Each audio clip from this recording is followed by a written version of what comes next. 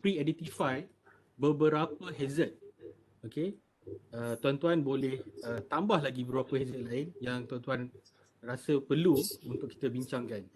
Okay, untuk hari ini saya dah pre-identify beberapa hazard yang berkaitan dengan komuniti setempat, iaitu nelayan, okay, komuniti yang berkaitan dengan local user kat situ, yang pihak-pihak berkepentingan.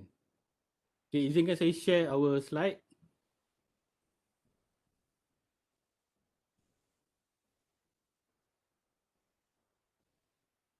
Okay, alright, sekali lagi saya mohon jika tuan-tuan ada yang belum lagi mengesahkan kehadiran, mohon berbuat demikian. Dalam rekod saya ada 18 peserta. Saya rasa dah almost semua dah mengisi kehadiran. Namun jika tuan-tuan masih belum isi, mohon berbuat demikianlah. Scan saja kod ni. Ni bukan My Sejahtera. Tuan-tuan isi nama sebagai rekod untuk saya hantar ke pihak Jabatan Laut. Okey, terima kasih. Saya teruskan dengan presentation untuk petang ni, dan petang ni saya bukan present, saya nak discuss bersama. Okey.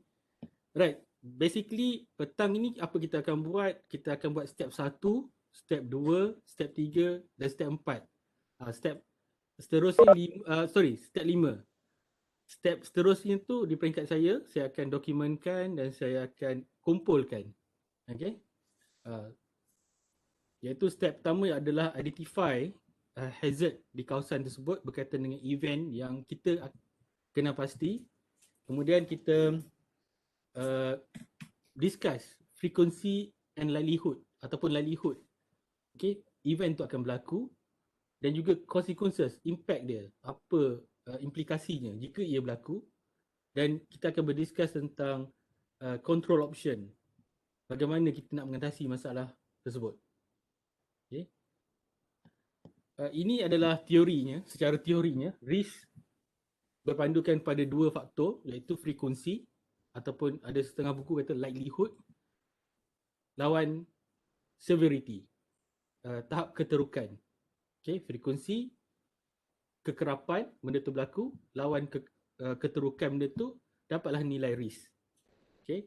Jadi dalam peringkat frekuensi kami cuma ikut standard antarabangsa yang simple, iaitu untuk 1 ada rare hingga ke 5 ada almost certain. Jika kita memilih 1, benda tu sangat-sangat jarang berlaku, iaitu dalam 100 tahun sekali berlaku. Dan jika pilih 5, benda tu berlaku every week atau lebih. Okay. Itu adalah skala yang kita akan guna pakai lah. Saya ambil yang simple je. Begitu juga severity. Severity ni agak complicated, tapi ini apa yang saya follow daripada IMO punya recommendation. Okay, untuk people dia terbahagi kepada 4 aspek yang kita perlu nilai. Tapi petang ni jangan risau, saya tak akan so detail about penilaian consequences atau severity dalam satu-satu aspek ni. Cuma saya nak beritahu dalam my final report nanti saya akan menilai semula apa yang tuan-tuan lontarkan pada hari ini, bincangkan pada hari ini dalam 4 aspek ni. Saya akan fikir apa impact dia kepada manusia, impact dia kepada aset, kepada environment dan juga kepada reputation company yang sebagai operators pada kawasan ni. Okay. Ini adalah basic kepada risk matrix yang kita akan pakai, iaitu saya pakai 5x5. Okay. Dan saya akan, as IMO punya recommendation, kita kena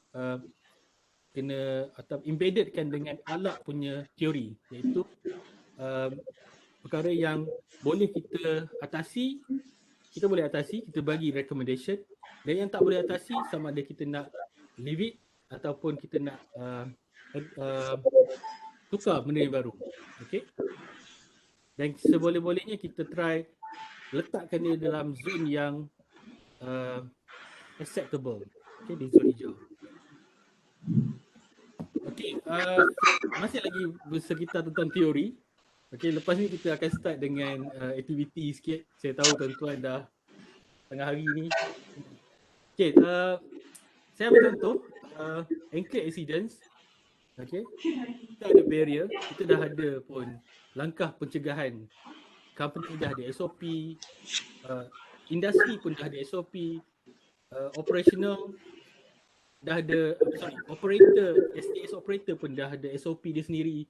Jadi benda-benda tu adalah barrier semasa ataupun existing barrier yang dah ada pun. Okay. However, accident still happen. Okay, accident still happen. So kita akan mengkaji pula apa aspek-aspek yang benda tu boleh terjadi dan apa pula mitigation yang perlu kita letak.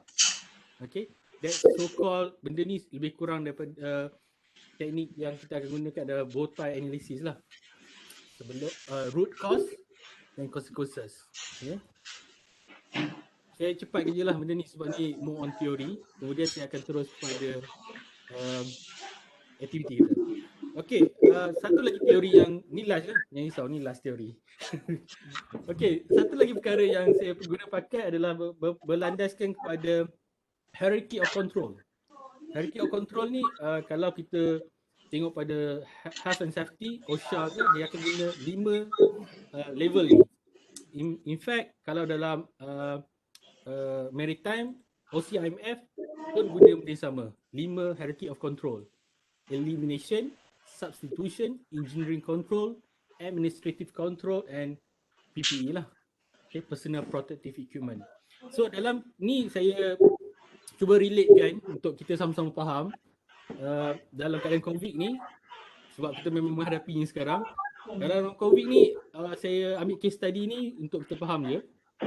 Elimination tu apa kita boleh buat? Okay, contohnya elimination, langkah mengatasinya, kontrolnya adalah isolate ourselves, quarantine, tak keluar rumah, that's it. Memang totally eliminate, habis cerita. Namun ada certain benda kita tak boleh juga nak isolate ourselves dan kita kena berhubung. So dalam substitution, untuk mengatasi masalah tu, kita masih diberi ruang untuk kontrol kedua adalah kita perkenalkan teknik webinar macam apa yang kita buat sekarang ni. Kita tak boleh nak buat hazard workshop dan kita duduk rumah saja, tapi kita menggunakan webinar sebagainya lah. Bagaimana pula engineering control? Terpaksa juga datang kerja. So kenalah buat body temperature test, okay, dan sebagainya. Menggunakan teknologi yang ada. Thermal screening, okay. Administrative control.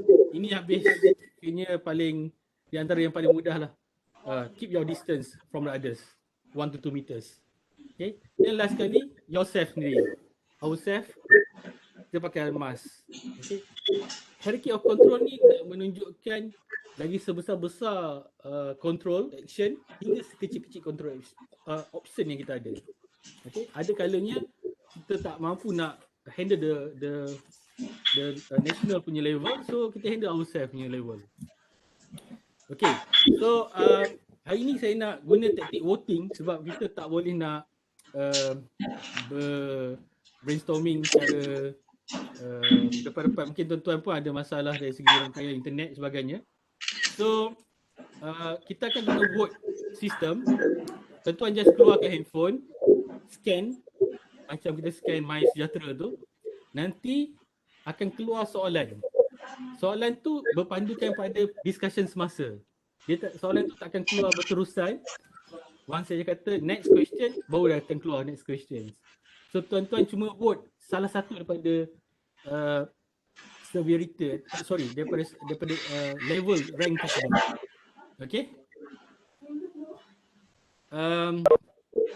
Boleh scan dahulu pada saya punya QR code ni, tapi tak perlu buat apa, just keep your phone alert je dulu. Okay. Alright, kita pergi pada event pertama, which is kita fokus pada collision. Okay. Contact elision, benda yang bersangkutan dengan navigation punya aspek. So hazard dia apa selalunya? Disebabkan oleh engine failure kapal, masalah steering, propulsion, and sometimes communication equipment failure pun lead to collision or any accidents on the navigation error. And then kita tak boleh nafikan aspect of environmental factor, restricted visibility. Luckily at this area tak ada fogging tebal. Okay, cuma kita risau kalau certain masa akan berlaku hujan lebat serta mungkin akan berlaku haze ataupun jerubu. Okay. Begitu juga adverse weather. Namun aspek adverse weather ni kita dah test dalam simulation dengan tahap yang paling ekstrim sekali yang kita jangkakan worst case scenario. Okay. And then aspek yang terakhir adalah human factor. Human factor ni adalah berkaitan dengan human error lah. Okay.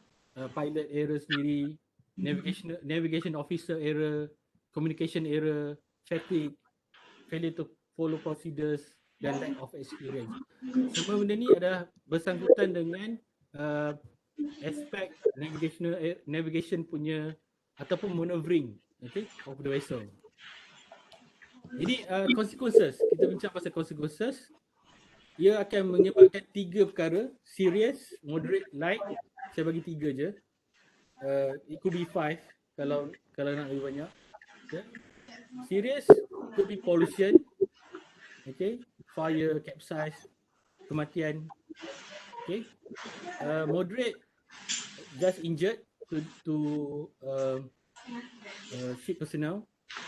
Okay. Light mungkin just leakage, small leakage, bukannya cargo leakage. And then dent of vessel hull, kemik sebagainya. Okay. Frequency of collision. Okay. Ini yang saya nak minta kan, kita buat vote. Okay. So saya akan tuan-tuan tengok balik pada phone tadi. Kalau terlupa nak scan tadi, okay, kita tengok balik pada ni. Tuan-tuan scan semula. Okay, sebentar lagi saya akan bagi soalan. Okay, dah scan. Alright. So apa yang patut kita consider untuk klik 1 atau 5? Okay. Di kawasan ni kita kaji tentang fishing boat activities, pelanggaran antara fishing boat dengan kapal yang approach for STS operation. Okay. Maneuver for STS operation, sama ada approach or departure. Kita kena consider kawasan ni sebenarnya dia punya fishing ground area seperti yang dibentangkan pagi tadi sebenarnya berada di atas, tidak masuk sangat kawasan ni. Jadi sebenarnya nak kata kerap sangat benda tu masuk dalam kawasan, fishing boat masuk dalam kawasan ni adalah kurang sebenarnya kalau mengikut data semasa. Okey, namun tuan-tuan boleh bagi tuan-tuan punya pandangan dan pilihan. Begitu juga dengan dari segi di mana letaknya reef ataupun tuas, okey, artificial reef atau tuas, di mana itu adalah banyak ikan. Ada di jauh daripada kawasan spot yang kita akan majukan. Jadi dua perkara ni perlu diberi consideration untuk tuan-tuan pilih akan berlaku kerap ke pelanggaran antara dengan kapal yang akan masuk untuk STS operation. Okay, so sekarang ni saya beri tuan-tuan untuk option untuk pilih lah 1 hingga 5. Nanti saya akan kumpulkan result dan kita akan tengok sama. Okay, boleh pilih sekarang. Kalau terlepas saya punya QR code, saya ulang sekali lagi. Okay. Baru 2 orang vote.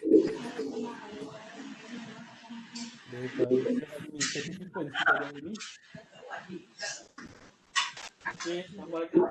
Saya tunggu ni.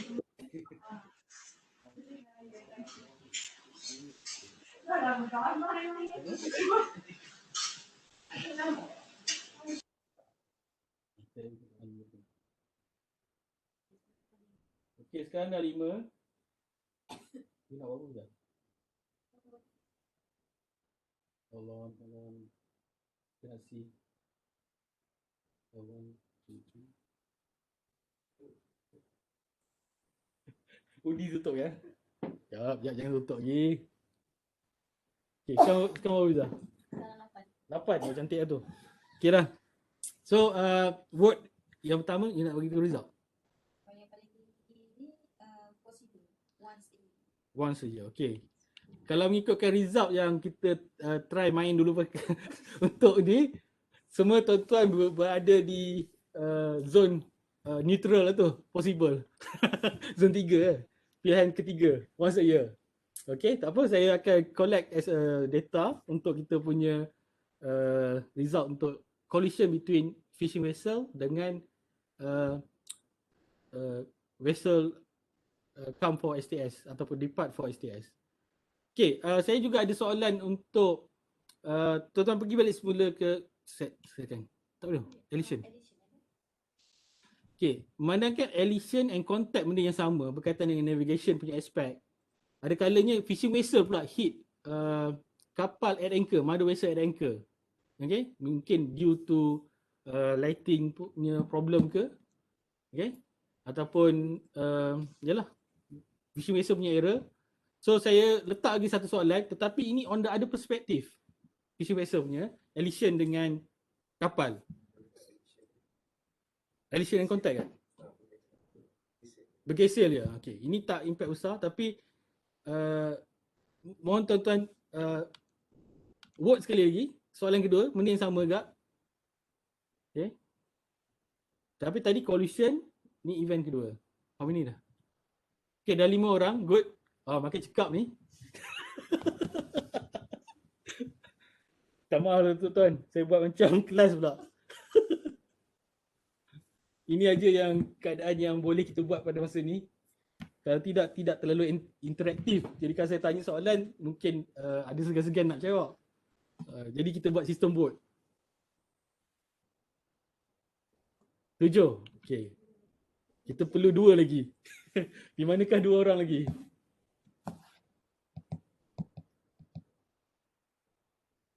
Okay, what the highest result? 3, okay. Alright, so result dia majority 3 or all 3?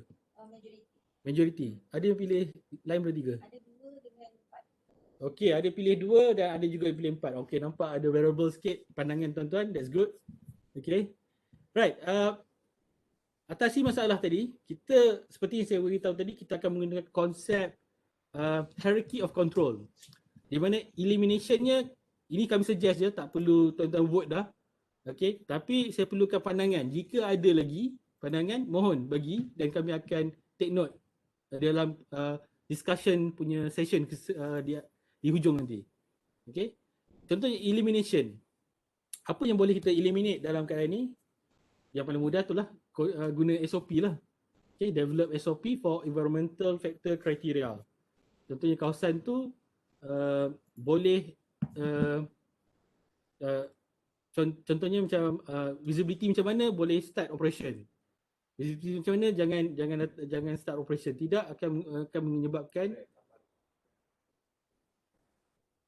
Yeah, the other thing is kapal at anchor mesti ada proper lighting to be visibly clearly visible to other fishing boat and so on.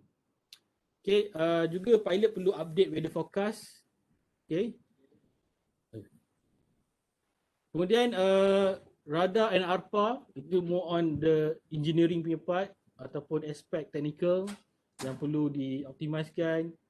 Okay, provide working lights at anchor contohnya. Training, of course. Yang last sekali, good seamanship practice by the officer on watch. Okay, dan master. Okay, we go to event number 3. Tapi event number 2 tadi sebab elision and contact tu saya letakkan sekali dengan yang tadi. Okay, so event number 3 is yang kita rasakan akan menjadi isu di kawasan ni berkaitan dengan pollution. However, we should bear in our mind dekat kawasan ni nanti kita nak letak operasinya adalah sebentar ya, saya nak mute sekejap.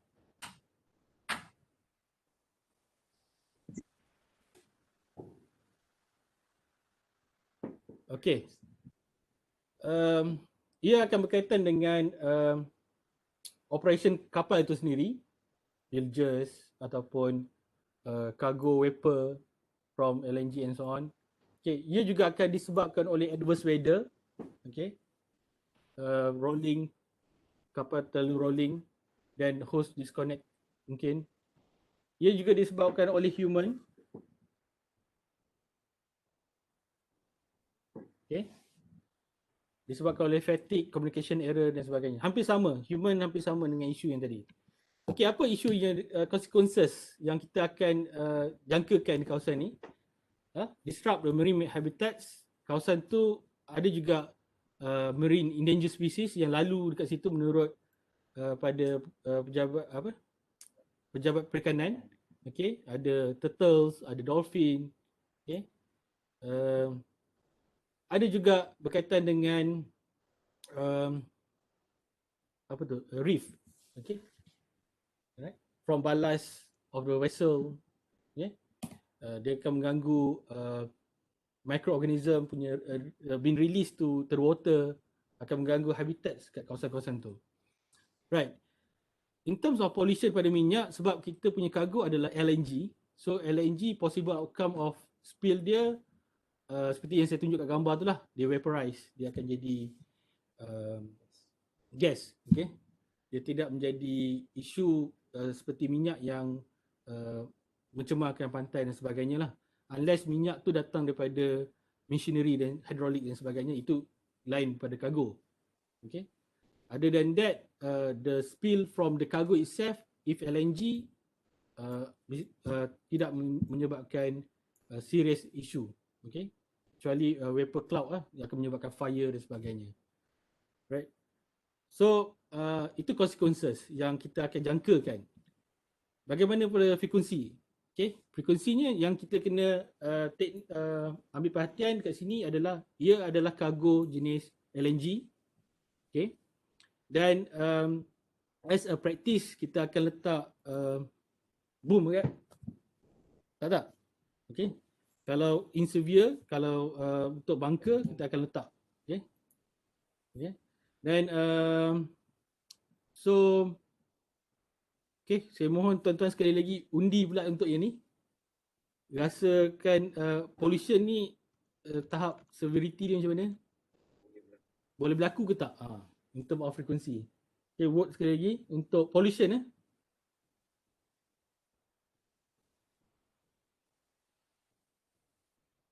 Apa ni?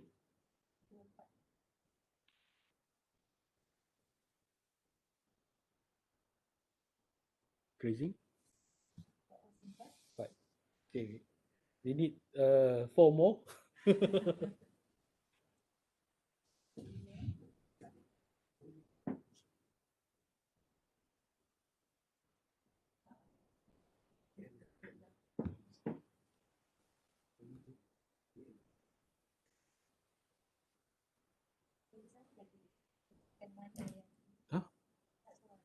Okay, seorang lagi kami perlukan. Tidak dia jadi seri. Okay now. Okay, what the result? So 2. Okay, hold on. I need to change my Google.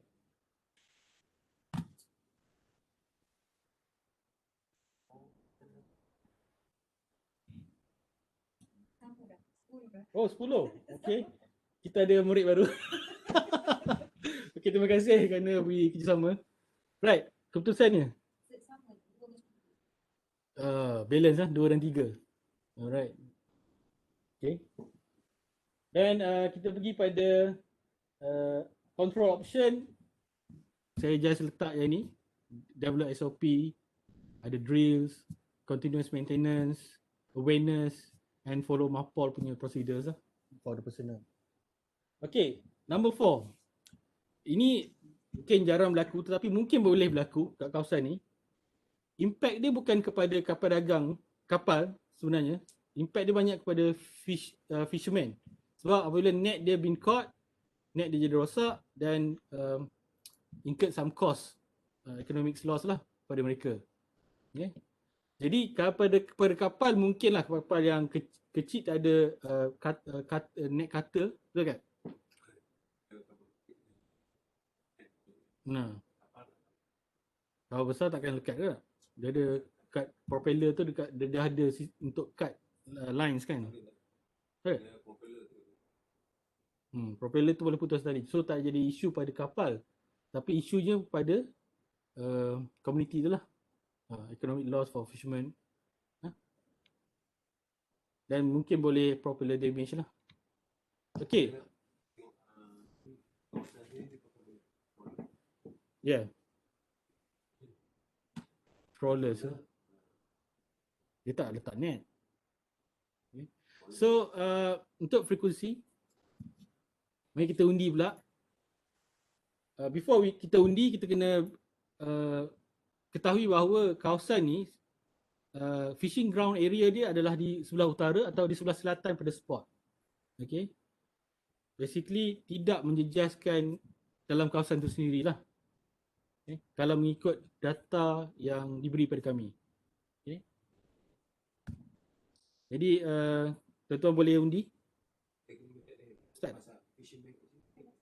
Ada mana ni? Okay, dan kawasan ni sini lebih kepada trolling operation lah.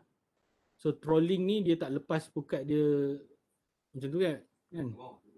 Dia ke seabed. Dia ada auto board kan? Dia weight. Oh. I see.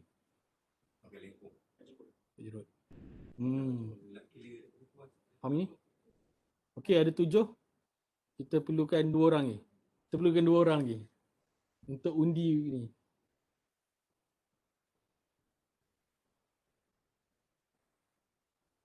Increasing? Okay, so what's the number? Okay, once a month. Most likely lah. Okay, tinggi. Okay, good. Saya terima result tu. Okay, so anchor drag.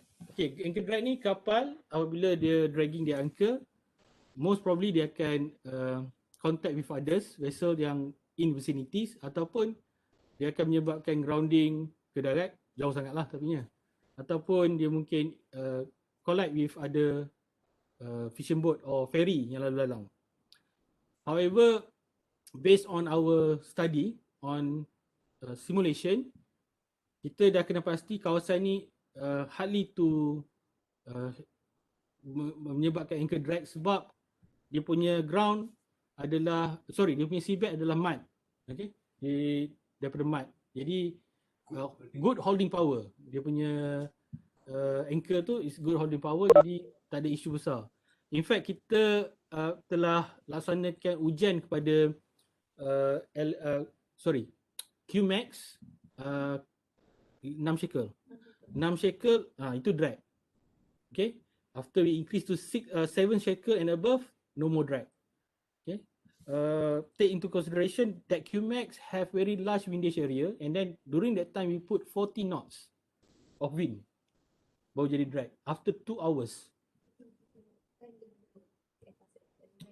Okay, tu pun waktu STS ada 2 kapal QMax. Okay. Double banking ni. Okay. Jadi based on the calculation and based on the simulation, kawasan ni insyaAllah selamat untuk any case of anchor dragging because of the seabed conditions and also the environment punya factor. Wind dia tak lebih pada 22 most of the time, and then the current 2 maximums. The swell is 0.5 to 1. Jadi tak ada isu berkaitan dengan environmental factors untuk this area. And presentation pagi tadi menunjukkan kawasan ni sheltered daripada environmental factors yang lain. Jadi saya minta tuan-tuan undi yang last kali. Ini last kali. Saya janji ni last ni. Okay, ni last untuk kita tentukan anchor drag dan implikasinya kepada dan kekerapannya mungkin akan berlaku. Okay.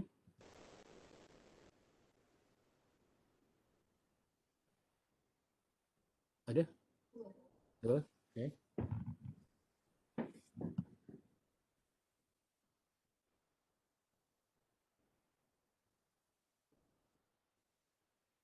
Okay. Why cannot?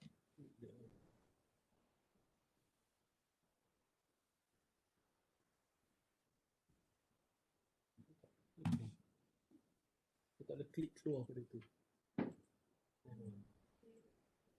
Ya, aku nak keluar pada sharing. Ya. Ha.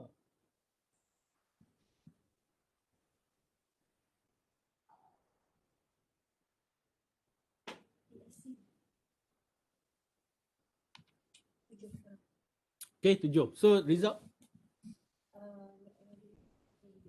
Okay, 3. Possible to happen. Okay, that's good. Right, so kita dah habis dari segi ranking kan kita punya possible accidents happen dekat kawasan ni. Okay, before I go for discussion, ada sebarang soalan yang tuan-tuan nak tanya? Sekejap lagi saya akan tunjukkan saya punya possible result untuk kita tengok. Okay, jika ada soalan tuan-tuan boleh lontarkan.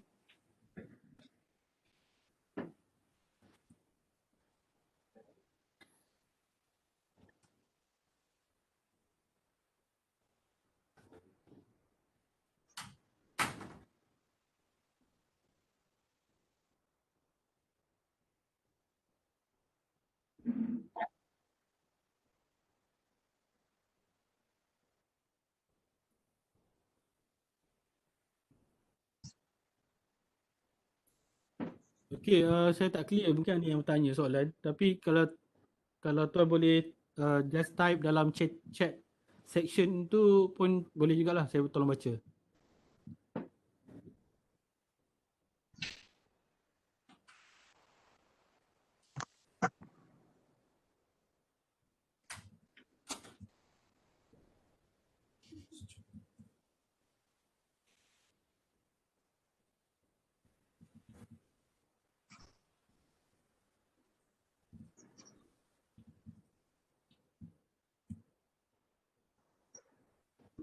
Okay, jika ada soalan boleh juga tanya di ruang chat, saya boleh bacakan.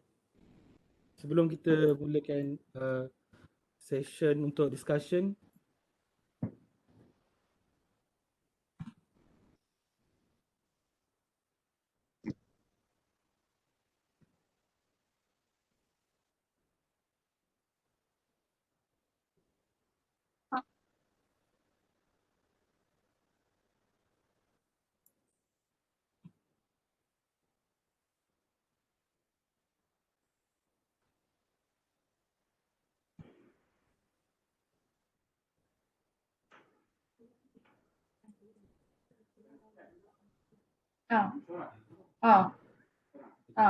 Tiga. Uji kaji UAT ke apa? Ujian UAT pun tak MMDM.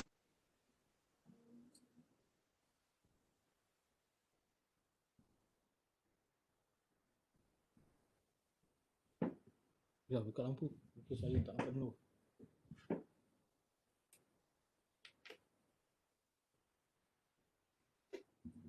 Boleh. Kan lah. Yes.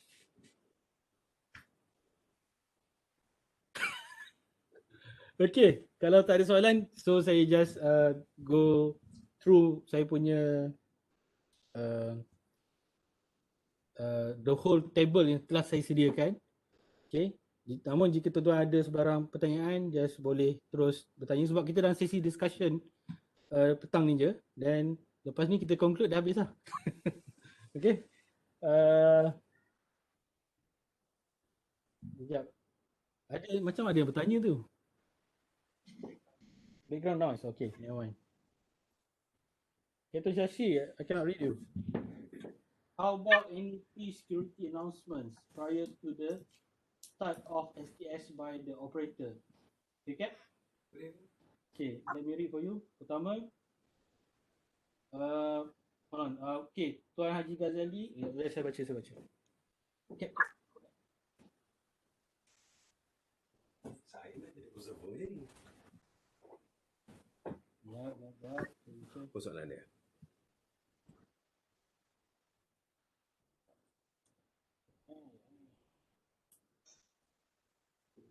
Pulau Paya adalah gazetted taman laut. Dah ada pandangan dari Jabatan Perikanan. Okey. Ya, Caesar. Betul? Ha? Ya, Tuan Haji, betul. Berimpak Memang di ada. Pulau Payang. Ya. Kalau ikut pada sekejap ya, saya share sekali lagi. Ada slide kami yang saya try tunjukkan. Itu soalan Tuan Haji.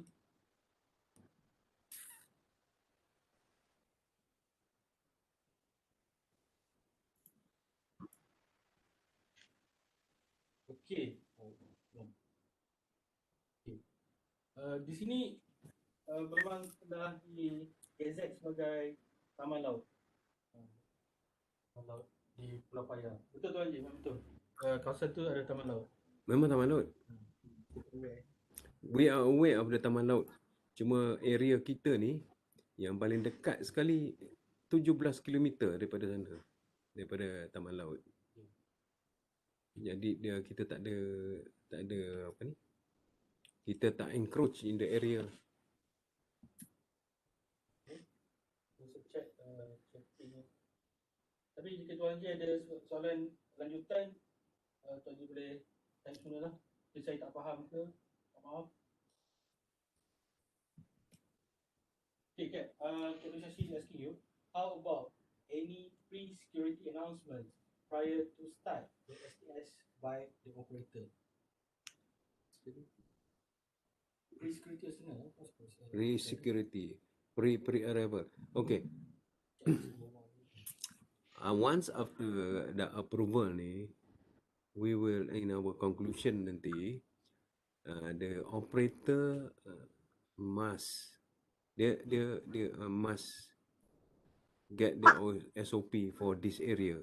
That means kawasan tu dia akan bagi tahu the marine community that this area is a designated STS area. That is in the procedure. Nanti once they get approval, they will come up with the apa ni? Procedure and announcement. Announcement ni dia akan ada special meeting dengan the state government, semua, all the players with regards to this area. These are our procedures before coming. That means dia ada sistem apa ni, macam e-pen semua kan. The system mesti ada. Dia ada macam kapal tu nak masuk ke Penang Port kan. They going to have apa ni agent akan buat declaration semua. This one is bila dia masuk dekat kawasan kita, they must do all these things lah. Jadi it's up to the operator and the agency that is going to be involved in this operation lah. Dia sistem dia sama dengan sistem nak masuk pelabuhan.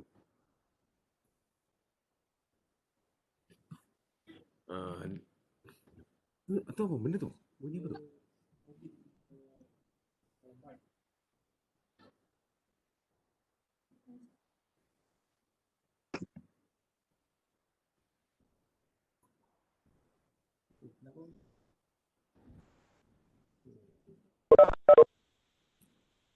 Kita ada background noise ni.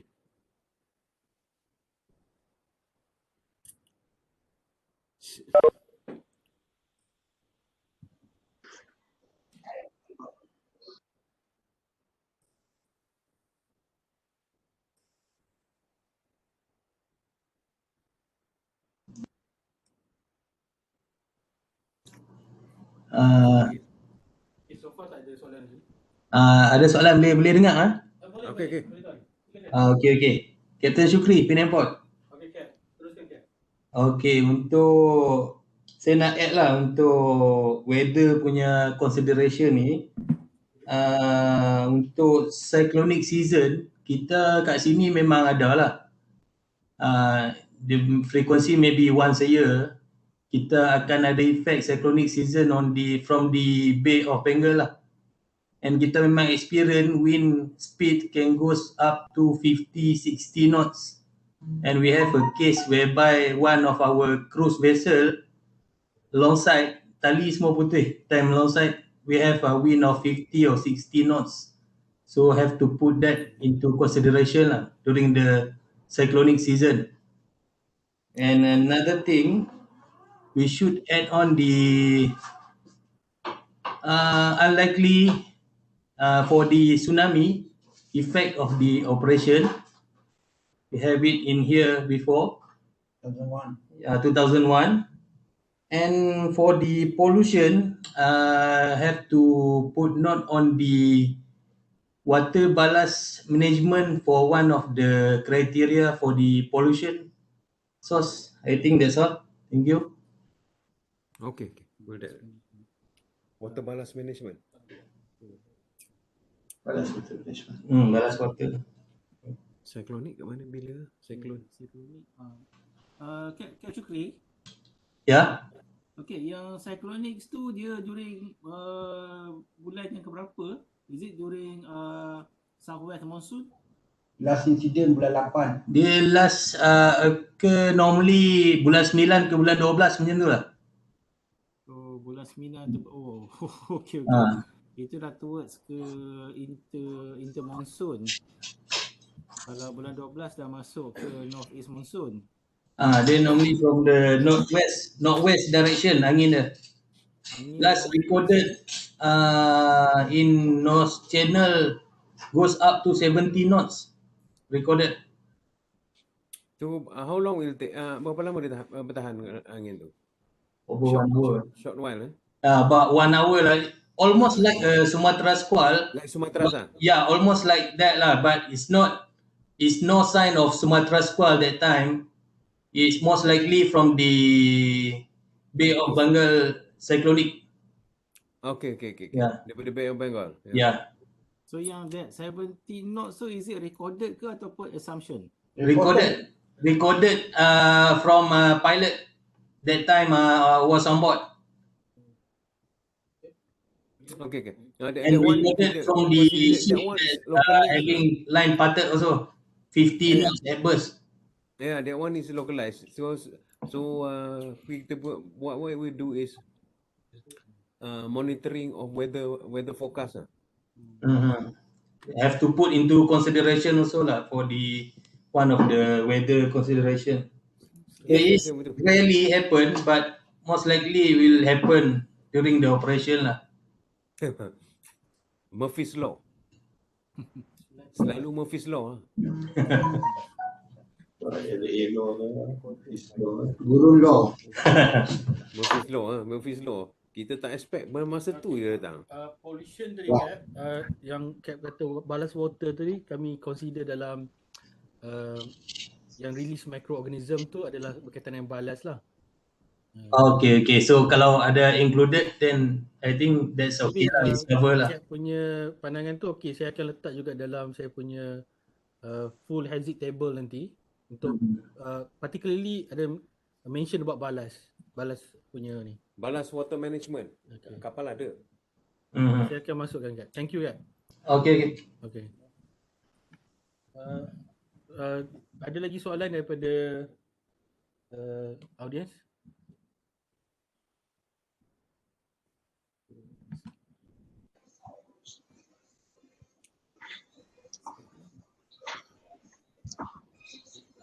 Captain Azhar, how do you read me?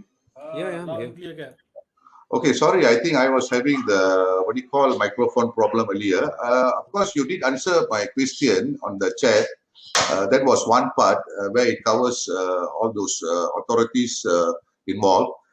Maksud saya, pre-security announcement kat laut. That means, will there be anybody making announcement on VHF Channel 16 that there is going to be a STS operation going to take place? Maksud saya yang tu lah, Cap. That one is normal. That one before STS operation, dia mesti masuk dalam dia punya NASDAQ and they will put in the IAIS. Okay. And then dia buat verbal announcement. VHF, yes. Verbal announcement, because I think that was earlier. It's in the system. Earlier in the event one, the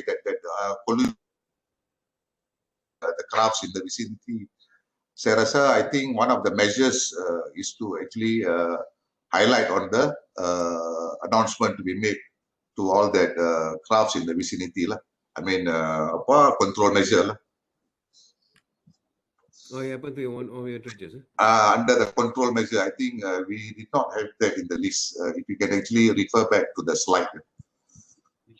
That one kita masuk, kita masuk nanti. Ada dalam tu yang Dalam control measures, itu belum security announcement. Security announcement. Okay, nanti sekejap.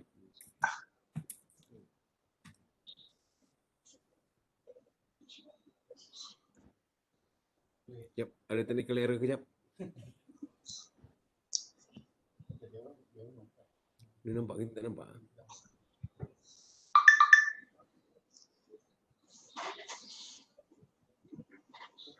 So, Tak nampak.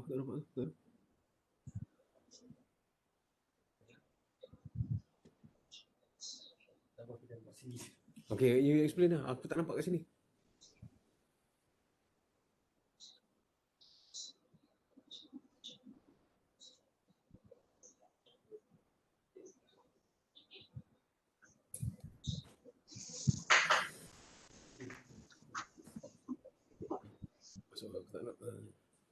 Yeah, we put inside our control measures yang jadi pasal bila kita buat ni, this is the one and this is what we are looking for.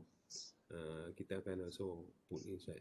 That is a management of STS punya area lah. It's not the operator. It's not the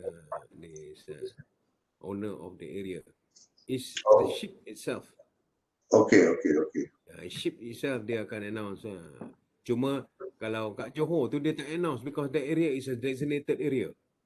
Okay. And also kalau kawasan tu you nak announce, kapal pun tak lalu.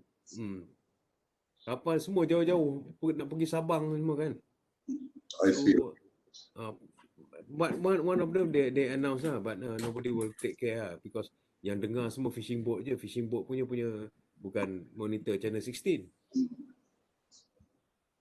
Dia ada pakai UHF dia orang contact tu. So anyway, the ship must do dia announcement ni, kalau you tahu, kalau dia buat dekat Pacific Ocean, dekat off the macam kat South China Sea tu, dia kena buat because there are ships going in and out. Lalu kat situ kan, dia buat announcement. Kat Johor, PTP punya area tak ada announcement. Memang dia tak buat announcement because it's a designated area. So anyway, we can put them, we can get them to do the announcement lah. Yes, because I just see that if it can be part of the procedure, will be good for us lah, good for us to protect our operation there. Itu sajalah. We'll put that one because nanti control measures kita yang kita buat operational control measures. This one pasal kalau kita buat the whole thing, it will last about 2 days macam with here. Yes. So we have our own operational risk assessment yang kita dah buat for the operational punya tu, memang benda tu dah ada dalam.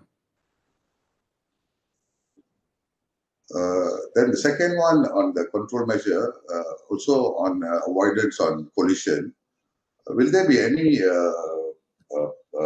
tugs or what you call ocean-going vessels involved in the operation, supply and all that, monitoring the perimeter of the operational area? Yes, we have already put that one. Okay. Cuma kita tak keluarkan this one. This one is mainly for kita this last few for yang dekat. But you see, yang kita punya discussion is more on collision with the stakeholder, fishing boat and all this. Yes. Fishing boat is in there. We've already put.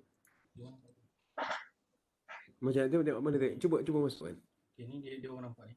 Have you seen this one? Okay, Cap, can you refer to the current yang mana satu? right now? Which one is it? Okay. Okay, Cap, actually kami buat the whole, event tu cover everything. Start from the navigation and maneuver punya event, and cover on the mooring and anchoring, cover juga the shipboard operation during STS operation. All these component based on OCIMF punya Annex K dalam OCIMF punya You books. have to fulfill this. Okay Cap, cuma untuk petang ni sebab stakeholder yang untuk kami bincang petang ni ada juga di kalangan fishing and community. Yes. Jadi that's why saya just untuk bincang benda yang mereka tahu saja. Kalau saya nak bincang tentang shipboard operation, tak adil kepada mereka. Jadi tak bagus untuk saya ambil sebagai result. Okay, kalau dengan Cap mungkin saya boleh discuss on shipboard operation. No, this one is this is actually to protect the operational area. Maksud what we are saying is of course you not apa kata anticipating any orang kata apa illegal or legal encroachment lah, orang kata masuk dalam kawasan tu. Will there be a patrolling boat around the operation area? Itu saja. Patrolling boat. Itu saja. Because that is one of the Komander Amir ada ke? Komander Amir boleh jawab. Once kalau dia dah designated as a port area, dia ada port area punya responsibility lah. Bila dia dah jadi macam itu, dia ISPS kena requirement for ISPS kalau dalam port lah. Kalau STS area, ISPS tak ada requirement lagi. But dalam ISPS requirement macam oil rigs, yes, dia kena. But on the ship at anchor, tak ada. Cuma we rely on the ship punya apa ni, Allah. lookout lah kan? Lookout is it? Ship punya ISPS, kapal punya ISPS punya procedures. Yes, lookout lah. That means lookout from the ship lah. Ya, ship dia ada lookout, dia ada piracy punya. And also, I think part of it, kalau benda tu dah for initial dah tak ada lagi, belum lagi lah. Tapi once dia dah develop into apa ni yang Cik Helmi bagi tahu tu kan, by 2024 dia nak jadikan LNG punya degassing punya. Likelihood there will be a degassing punya. It will be not an anchor. I see this. It will be either SBM ataupun there will be four mooring anchor. Lagi susah kau nak bawa masuk nanti. 4-point anchor, and then the LNG will come in and degas this LNG, then they feed through pergi shore. The likelihood of that to happen, yes. Another one is dia pakai kat jeti, dia buat jeti, and they put inside the shore tank. Another one, the ship will be the storage. Then they will pass the LNG up into a pipeline straight up to shore. Okay. These are the thing. Bila dah itu, then dia mesti ada ISPS punya the whole system yang in the port buat. Okay. So, and on top of that, is under the jurisdiction yang around the clock ni, APMM akan Marine Coast Guard akan buat rounds lah. Yes. But that one, I think we looking. What are you talking? We looking to about a year or a year and a half ahead of this time. And the system will come in place.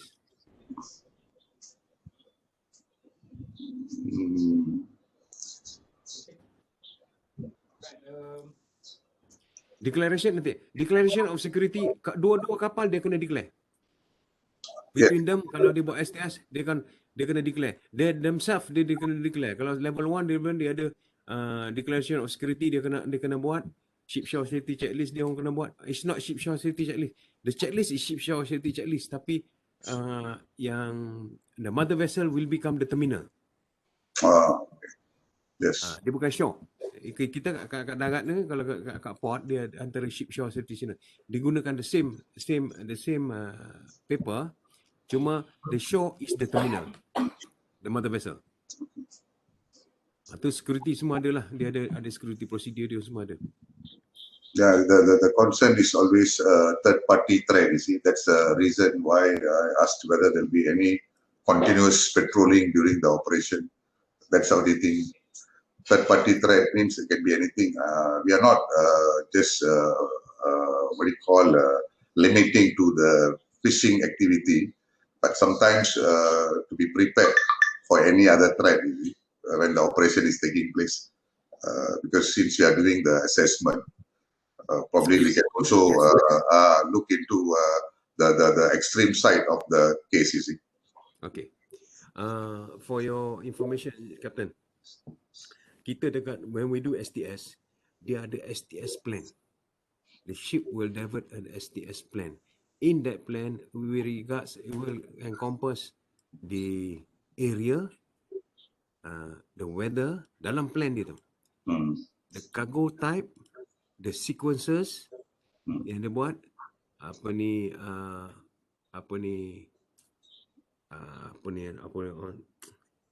kalau ada emergency, dia punya abort procedure ada.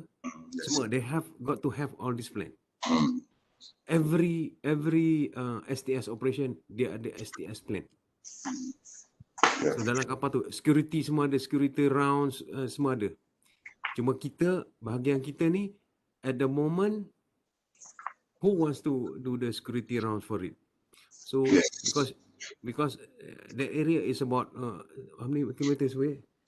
About 14 kilometers away tau. 7 kilometers away from Pulau Bunting. About 7 kilometers. Kalau dalam port boleh lah kita hire boat kita pusing-pusing security guard kita. Kat sana is open. Sometimes the mother vessel can just sit there, dah water transfer, mother vessel will go. Next mother vessel will come. Dia banyak sistem dia buat. The mother vessel will come fully loaded, datang, distribute, then dia keluar, dia balik pergi Arab ke mana, dia Das Island ke, dia load LNG, dia come back again. Dia banyak, there's a lot of way they do. So on our part, what we do kalau benda ni materialize, that means would they have the operators must have a good relationship dengan the Coast Guard with regards to the a good communication between them lah, macam mana dia nak buat. And also the APMM punya base dekat mana, kat Kuala Kedah lah. Yes. That's very fast. You call dia boleh keluar dah. Because even in kalau the kita port, tengok piracy, we look at piracy dekat that area susah sikit lah, pasal jauh nak pergi. Kalau dekat Johor tu, dia cross saja the traffic lane, dia dah dalam Indonesia, dah tak boleh buat apa dah. The reason why I highlighted this, we in fact had some isolated cases back in Penang Port some years ago. Of course, it's not now, where a fisherman kind of went after a piloted vessel, boarded the vessel and hit the pilot just because the pilot ran over his net. So it happened in the harbour area, you see. So probably my concern is, if we are doing outside the port, and then in a place, of course, as per the government approval, will there be any form of security provided, not only for the personnel on board the pilot, but to the operation as well? So this is all tracked back to the time where we had incidents in the port itself. Okay, this unless the operators hire a private punya security company lah, which is going to be very expensive. But I think that one is an isolated cases Ni yes, correct, isolated case, correct. Isolated cases. We don't look into this. Adalah nampak apa sahaja you langgar dia punya net. Siapa tak marah? Kan? Kalau kapal langgar net, kalau dekat traffic lane tu, net tu, dia tahu kapal langgar, dia balik kata, alamak aku punya dah 6 keping putus. Dia tak give up, Cap. The problem is they don't give up. They chase after you. That's the problem. Dia pilot boat tu pasal sama-sama kapal berat sikit dia nak naik. So, okay. But because this is going is very complicated, because we cannot make in this day, then it's up to the operator to discuss in the later stage. Yeah. Okay, good. Yeah. Okay. But the system kapal punya security system semua dah ada dah. Yes, on board ship, I think it's not an issue because I think No issue. I'm only concerned about the surrounding lah, kan? The surrounding. Yeah, the surrounding lah. Bot ikan lah, because bot ikan ni dia cepat naik marah. Orang bot ikan dia cepat naik marah. No, Tapi some of them even very aggressive to the extent that they have that what do you call Molotov cocktail. Molotov cocktail. Kita sudah kenal, babe. It happened here in Penang before, no? Outside the port limit. So yeah, actually looking at all these extremities of the scenario, you see, that's the only thing. Yes. No. It's nanti the operators what they can do. They have got to have a good relationship dengan Jabatan Perikanan. Yes, you're right. Right. Sometimes big party ada ajak dia orang semua kan. Yeah. Kena tani ke pada 3 round ke api ke. Habis laundry habis. Konflik tak boleh buat apa. Okay. But we put that as a point. With regard to security, because this one very difficult. Kalau internationally punya macam piracy, we know what to do. Ini isolated cases macam gini kan, nak berat lah. Sometimes you have to pat them in the back. No, but furthermore, I see that this is a new region or new area which is being ventured. So probably these people are not prepared to accept. I'm not talking about, those. Yeah, correct. So that one we are expecting that. Yes, correct. Expecting that. Macam Melaka, there's a lot of STS. Melaka suka dengan STS. You know why? Because all the ship has got very bright lights. All the fish from Indonesia come to Melaka. No, this is no joke. Okay. No joke. I was doing STS dekat Melaka that day. You know, ikan tenggiri besar-besar dekat, just you can see Melaka. You see the big ikan tenggiri around, you know. Okay. It's no joke. Even in PD, when we put the oil rigs there, the fisherman said the oil rig ran off because of the fishermen. Too much trouble with the fishermen. And then rig go, all the fish gone already. Yes. Yeah, I asked them, last time when the rigs are there, there's a lot of fish you catch around your area. Dia kata betul Cap. Ikan tak pernah tengok punya ikan yang besar-besar pun datang sini. Pasal oil rig kat situ. You bagi problem dekat oil rig rally, now you kena pergi tangkap ikan dekat traffic lane. I see. Okay. Yeah, there's a good and the bad. The good things are the fish from Indonesia, especially in Melaka. The fish from Indonesia come. So betul. This is no joke. This is true. So we can tell them it's to their advantage, not really to. That's why I was trying to that day I was trying to convince this Negeri Sembilan punya group pasal kita buat dekat PD kan. Dia orang tak nak. Dia hard headed. Boya oil rig jatuh pun dia charge 6 million.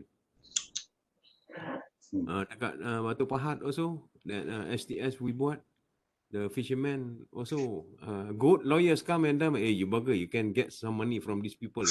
Bugger 5 million, no? This one the agent told me himself. Cap, ada surat lawyer sudah hantar kereta claim 5 million damages. And you just put one anchor only, no? This is the mentality. This how they want to get quick. Correct. Quick bucks. Correct. But it's up to the players to how to get this thing. I know you guys will have a lot of problems with the fishermen. Yeah. Because that's the grandfather. Tapi kat Singapore tu yang Singapore minta tak tangkap pula ikan tu, lari. Singapore punya Coast Guard datang, semua lari. Exactly. Yeah, that's the point. Enforcement must be there, Cap. Tak ada, pasal Singapore punya tu lagi dah. Malaysian tu. Patut dekat Johor tu aku baling aja batu dekat dia punya marine force tu. Oh, Because that area ni dah lebih dah ni. Ni dah terlebih lah because that area yang dia minta Singapore nak PTP nak tu, dia punya border is Johor punya border is up to Western Boarding Ground Alpha Singapore. right, Now they right. build up dry dock to claim that area. So when I go, the police come, I baling dengan shackle dia. Ngeri. Dia kata orang tua ni gila. Cakap macam geram ya. Ha? Macam geram itu. Geram itu dia datang alongside pilot boat kita. Sabar. Boat lagi dia. Sekejap lagi orang Kedah main kejap kita ni. Jangan pergi Kedah nanti aku kepala putih. Thank you very much. Okay. Thanks, Cap Shashi. Your comment kami akan put into our consideration, and then of course kita akan letak dalam kita punya hazard list untuk your comment tentang patrol dan safety and security aspect tu. Thank Okay, you. thanks, Cap. Thank you, Mr. Rizzi. Thank you. Alright. Okay guys, saya just nak bagi quick review how it going to looks like lah kalau final hazard punya report risk register. Okay, risk register. So actually saya akan bahagikan juga yang kita bincang tadi cuma 5, tapi sebenarnya banyak lagi hazard lain yang berkaitan dengan STS operation itself. So di situ saya tak bincangkan pada petang ni sebab itu terlalu technical dan terlalu operational, dan saya akan bincang dengan expert untuk untuk mengenai pasti severity index dan frequency index untuk setiap hazard tersebut lah. So berkaitan dengan tug support vessel failure, berkaitan dengan inadequate tugs, steering propulsion failure on board the ship, pilot error, okay, berkaitan dengan human error ada vessel navigation error, communication error, fatigue, okay, lack of experience, so on. Dan juga very detail on the adverse weather condition. Saya akan take into consideration yang Shashi the other one is Shukri mention about the weather limits tadi, okay, right. Begitu juga in terms of the operation ketika anchor dan ketika mooring, okay, line parted and so on, okay, sheet effect, passing effect, okay. Begitu juga ketika STS operation itself, termasuk human transfer, personal transfer between vessel to vessel pun menyebabkan ada hazard di situ dan ada kemalangan yang sering berlaku kat situ. Okay, defective personal transfer equipment, angle of roll, different of roll periods between vessel, okay, dan so on. Ini akan menjadi full hazard risk register untuk STS operation di Yan Kedah. Yang kita bincang tadi sebab saya nak ambil pandangan daripada stakeholder yang berada di kawasan dan lebih kepada general dan lebih kepada apa yang tuan-tuan hadapi, okay. Yang dalam ni boleh cari kat buku, okay. Right. Jadi saya rasa sebelum saya akhiri saya punya part ni, okay. Sekejap, ada apa lagi? Sekejap sebelum saya Ada question tak? Ada soalan lagi tak? Daripada APMM, macam mana APMM? On the security aspect.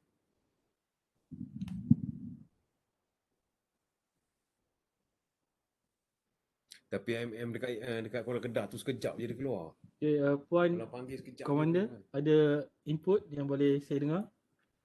Ya, Assalamualaikum. Saya Komander Maritim Nur Azrianti, pengarah Zon Maritim Kuala Kedah, mewakili APMM lah untuk Maritim Negeri Kuala Kedah Perlis. So far ni pertama kalilah saya join Webex bersama tuan-tuan perempuan semua. Saya pun baru bertukar masuk ambil alih tugas ni seminggu lebih lah, kat 2 minggu. So apa yang perbincangan kita pada hari ini, saya ambil maklum sebab kami sebagai penguatkuasaan hanya melaksanakan undang-undang yang dah maktub lah. So sebarang macam aduan macam saya sikit Captain kot tadi, siapa cakap maaf lah, saya pun tak kenal siapa-siapa yang dalam ni. Action yang kami buat insyaAllah sebab kami pun base dekat, maksudnya nak ke Pulau Bunting ke apa yang berkaitan Kuala Kedah, mungkin ambil masa dalam setengah jam ke 40 minit. Kalau menaiki bot baru yang sekarang ni Perkasa 24. Dan kalau kilat tu siap, lagi laju lah. Sekarang ni dalam pembaikan. So apa saja aduan ataupun mohon bantuan pada APMM, kami sedia bantu. Dan sekiranya berlaku apa-apa hazard yang kita bincangkan tadi, seperti pelanggaran ke, tarik pukat, terkena pukat ke, itu semua kita akan ambil tindakan lah. APMM akan turut sama Jabatan Laut untuk kita sama-sama ambil tindakan. So itu saja komen dari saya lah. So maaf juga lah saya terpaksa off video tu sebab banyak orang masuk kan. Awal-awal ni banyak kena tangan, nanti ganggu pula. Tapi saya mendengar lah. Tak apa, memang kita dalam prosedur untuk kita buat STS ni, kita akan bagi kapal nombor-nombor emergency contact list.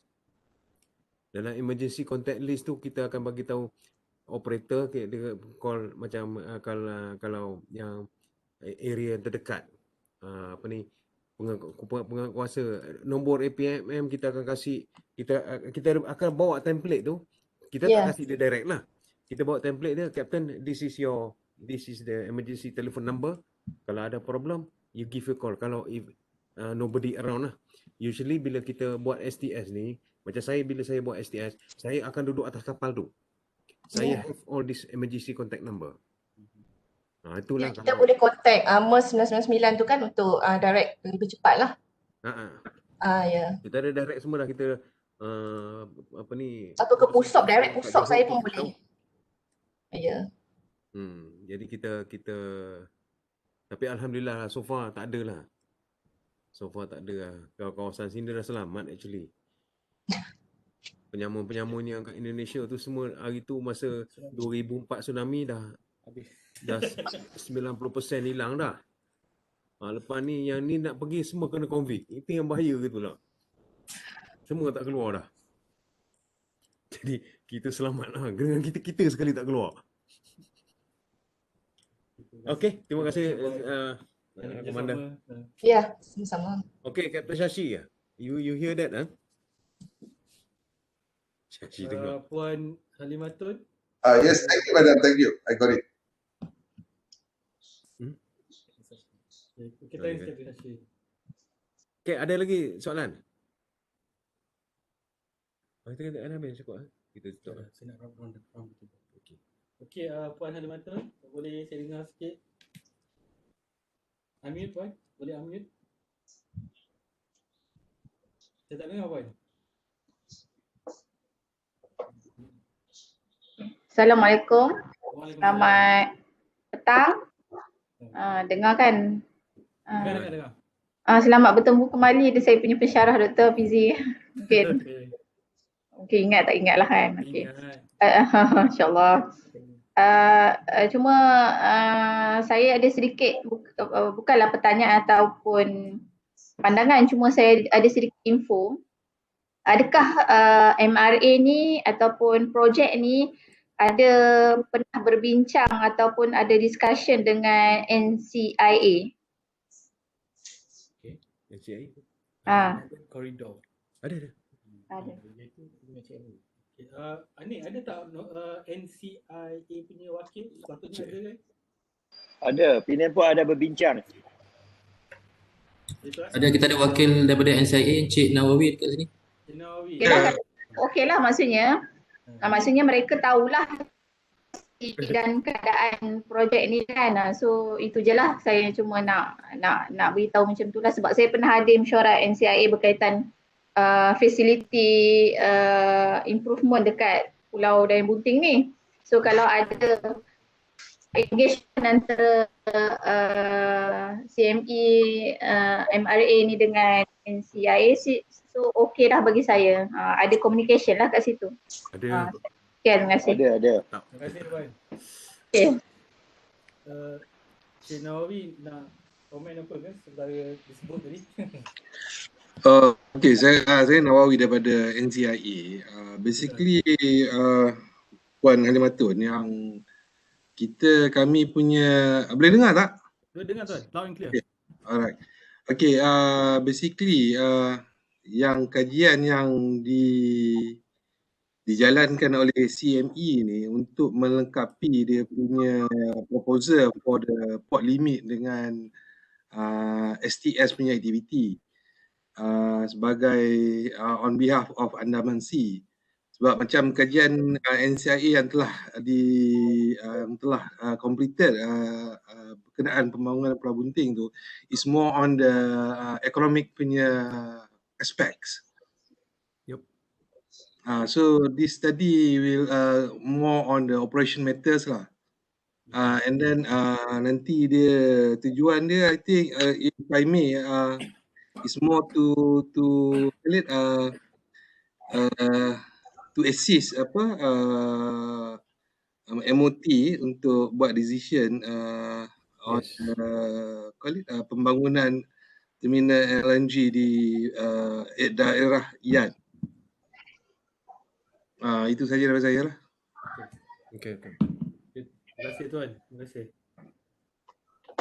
Ada tim-tim lain? Ada tim lain yang saya boleh bagi peluang?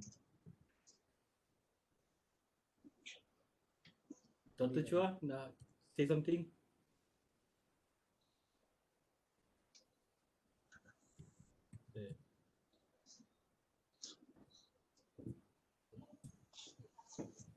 Just one more question, Mr. Fizi. Are we covering the demurrage aspect of the risk assessment? Demurrage? Yes. No, that's not under MRA. That's not under MRA. That's not under MRA kan? Oh, really? Yeah, okay. Bayar lebih kan untuk tu? You know why I ask this? We are going to provide the service under the PPSB flag, right? Under? So PPSB flag lah. I mean, we are not providing the service under a private company. So this is concerning the company's service, which should not be accounted as a loss due to demurrage. You see, that is why I am asking you. There should be some kind of backup for demurrage as far as the company concerned. Okay, Shashi. The beauty of STS, is between the terminal and the ship. Okay. So we are not involved. Kita indemnified. Okay. Ya, dalam checklist number 1 tu, pilot bila you request for pilot service, all the pilots and also POSC being indemnified. That means kau nak slow down ke, kau lambat. Sometimes how they going to, because they will arrange. Masa dalam port, in the port punya environment, kalau demurrage tu either the ship have to pay or the charterer have to pay pasal delay, pasal kita first come first serve. That's why in Penang port, in every port in Malaysia, kalau first come first serve, mesti ada demurrage, especially when the jetty is being used by 2 or 3 different companies. Yes. So in STS, dia sama dia discuss saja. Sometimes they send a notice of readiness 3 days before arrival. Lepas tu dia kasih delay. No, we don't care. It's up to them only. We just provide the service our time. Okay, that means we will not actually stand to accept any liability. No. Okay. Awal-awal you sudah your company hantar bila they request for pilot only kan, you send the letter of identity first. Yes, correct. Okay. If they don't want to sign the letter of identity, you don't provide pilot. If you don't provide pilot, they don't come alongside. Then business kaput. Okay. Apa ni, benci tapi rindu, they have to sign. Yes. Okay. Benci tapi rindu, they have to sign. Okay. Okay. Thank you, Cap. Thank you. Clear the eye on that matter. You kena tanya Otai juga, Otai ni tahu semua. Pergi 3 hari 4 hari apa tak balik-balik ya. Yeah, not being productive. Yes. Alright. Okay. Okay, thank you. Okay, ada tak wakil daripada Satuan Perikanan ke ataupun Jabatan Perikanan, Pejabat Perikanan ataupun Persatuan Nelayan, ada tak? Cik Saiful ada ke sih? Persatuan Nelayan. Siapa ni? Cik Saiful. Daripada Persatuan Nelayan Kawasan Yan. Cik Saiful? Tak ada gambar. Tak ada? Ada. Okey, tuan ada? Kita ada daripada ni, Jabatan Alam Sekitar, Cik Syarizal. Kalau ada apa-apa komen. Yes, Cik Syarizal. Okay.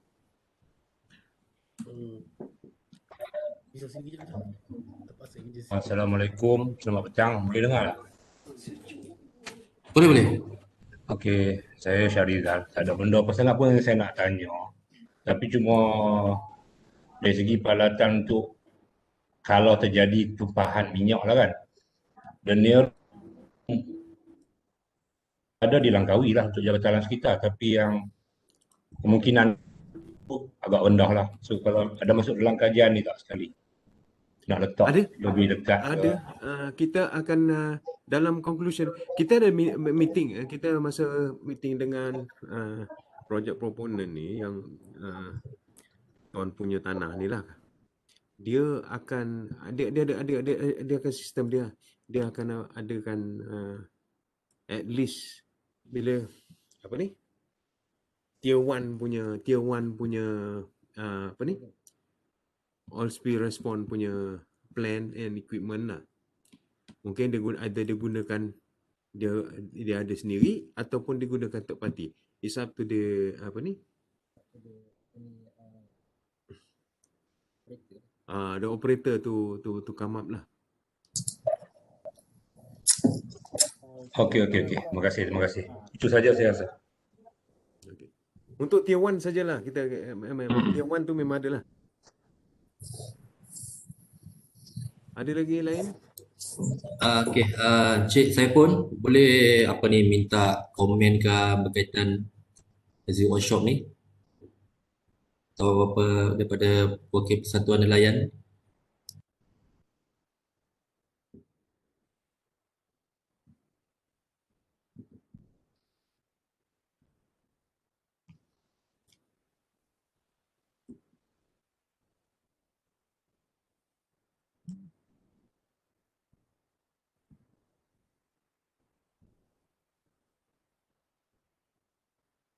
Tak ada ya? Tak ada. Ni. Kalau tak ada kita apa? Encik Hafizi, Captain Ismail lah daripada Penang Port. Ismail, okey. Ya. Okey. Dekat STS Port yang kita propose tu, kita ada buat sort of sweeping, underwater punya sweeping lah. Sebab pernah dekat kawasan Penang Channel, waktu kita buat kita punya maintenance rigging, kapal trailer ni dia dapat active bomb lah. Oh. Okey. Yes sir. Saya rasa kawasan tu bila trawler dah lalu kat situ, bom dah terangkat dah. Tapi dia sebentar Cap, sebelum ni ada EIA untuk permohonan melumur pasir di kawasan yang atas lagi lah. Luar kawasan ni. Jadi dia cover, dia buat survey bathymetry for the whole area lah dia buat. Tapi dia bathymetry lah kan, bathymetry which is seabed je lah. So far dia konsisten lah dengan beti yang Navy dapat. Yelah, tapi for that particular, yelah, untuk sweeping Betty lah. Tapi kalau katakan on di macam metal apa semua ni, tak ada lah Cap. Tak ada. That one kena Kalau Lego yang ke atas bom nasib. that one kena ambil different punya apa Itu macam dah lebih tu. magnetometer. That one boleh detect lah. Tapi for this purpose memang tak ada lah. Yang kita aware apa ni submarine cable Kuala Muda ke Penang tu about 1.3 nautical mile daripada STS punya location. Yep. Okey, terima kasih Doktor. Terima kasih. Terima kasih Cap.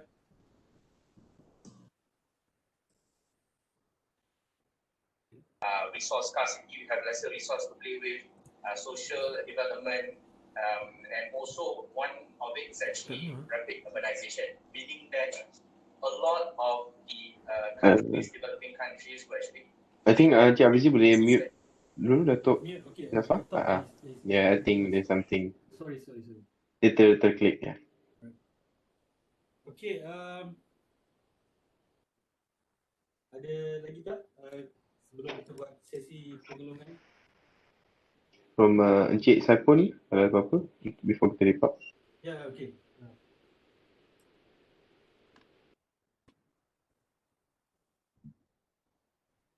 Okay.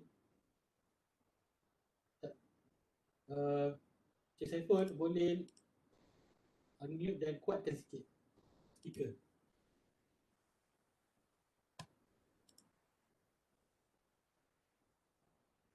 Tak dengar.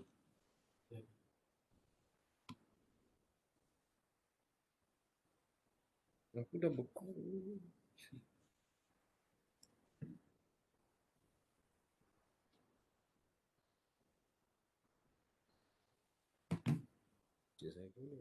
Persatuan Perikanan, Persatuan Nelayan. Cik Saiful, saya tak dengar.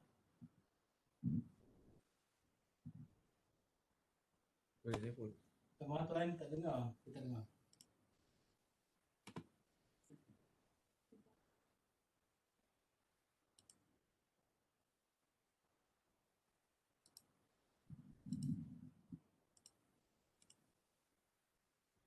Saya pun cakap apa? Betul.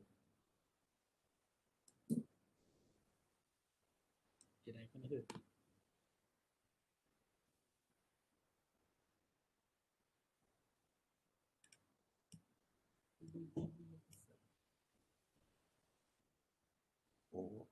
Okay. Okey. Ya tuan. Hello? Ya, saya dengar. Dengar? Dengar. Hello?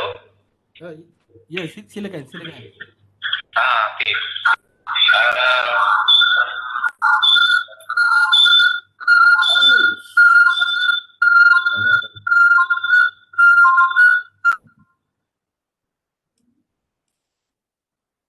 Okey tuan, mute yang Cik iPhone, mohon unmute semula.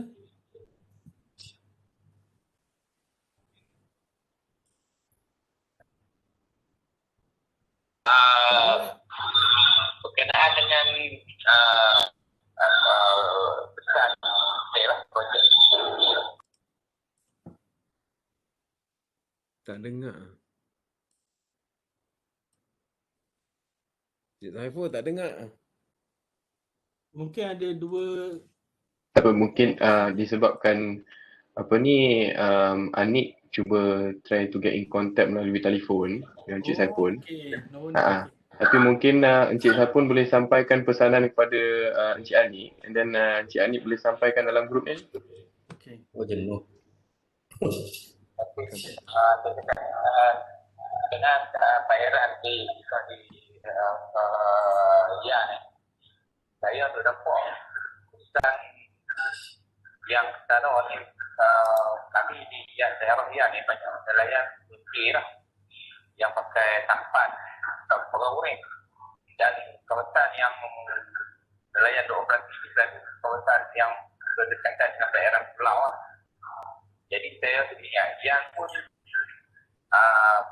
sekarang ni pun memang kita dah ada masalah berkenaan dengan pendapatan nelayan dengan kesan perubahan pencemaran perform. Jadi saya tahu lah kalau yang sebelum ni ada perancangan daripada Jabatan Taman Laut, dia nak buat pemeliharaan di kawasan Pulau Kosong tu. Di bawah. Halo? Ya. Dengar tak? Dia itu sebelah selatan lagi kan? Jadi berkenaan dengan pemeliharaan tu untuk yang kami pun bagi pihak nelayan pun ya macam mana cara yang nelayan tu nak survive ada masa akan datang lah. Dengan kalau dengan hari ini pun bila tak ada projek pun mereka terkesan dengan persoalan semua tu. Jadi kalau harap benda ni nanti atau boleh bincang lebih tinggi lagi lah untuk akan datang. Itu saja. Okey.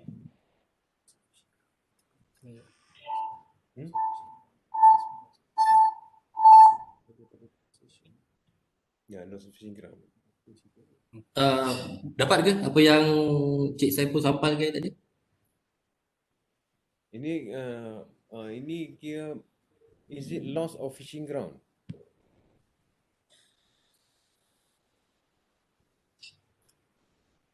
Okey, Cik Anik, yang kami faham tadi yang tadi Cik Saiful dia mention about nelayan-nelayan pantai,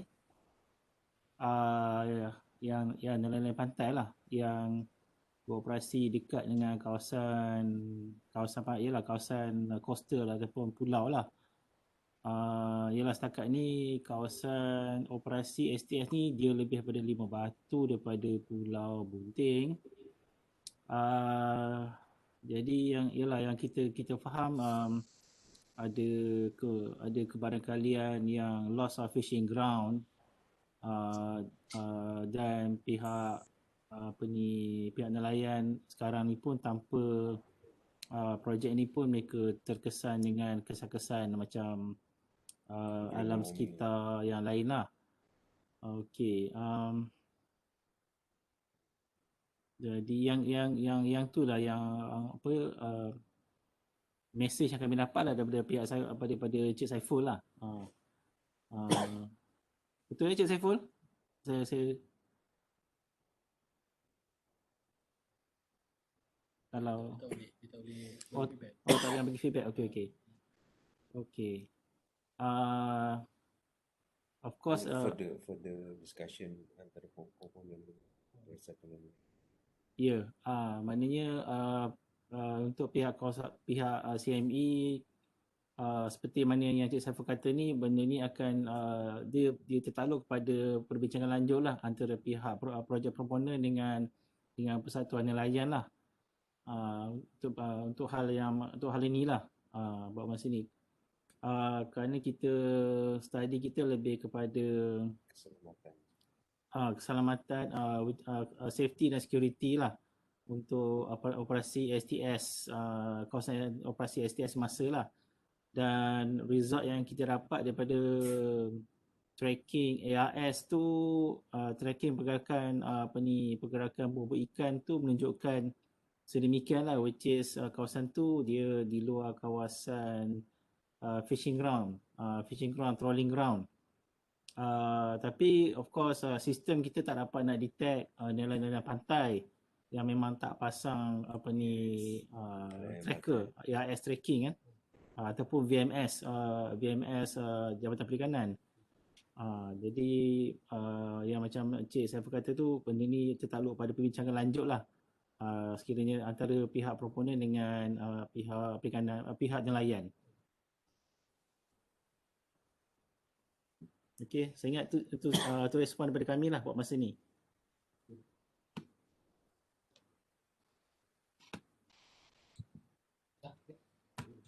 Okey, Anik ada siapa lagi saya terlepas pandang untuk kita terima pendapat?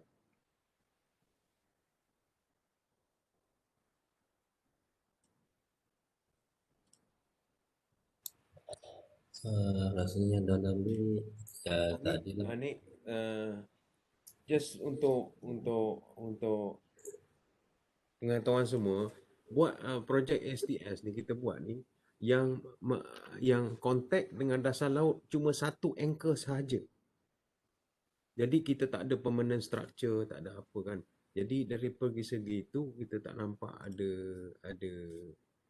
dan kita ambil satu kawasan kecil sahaja.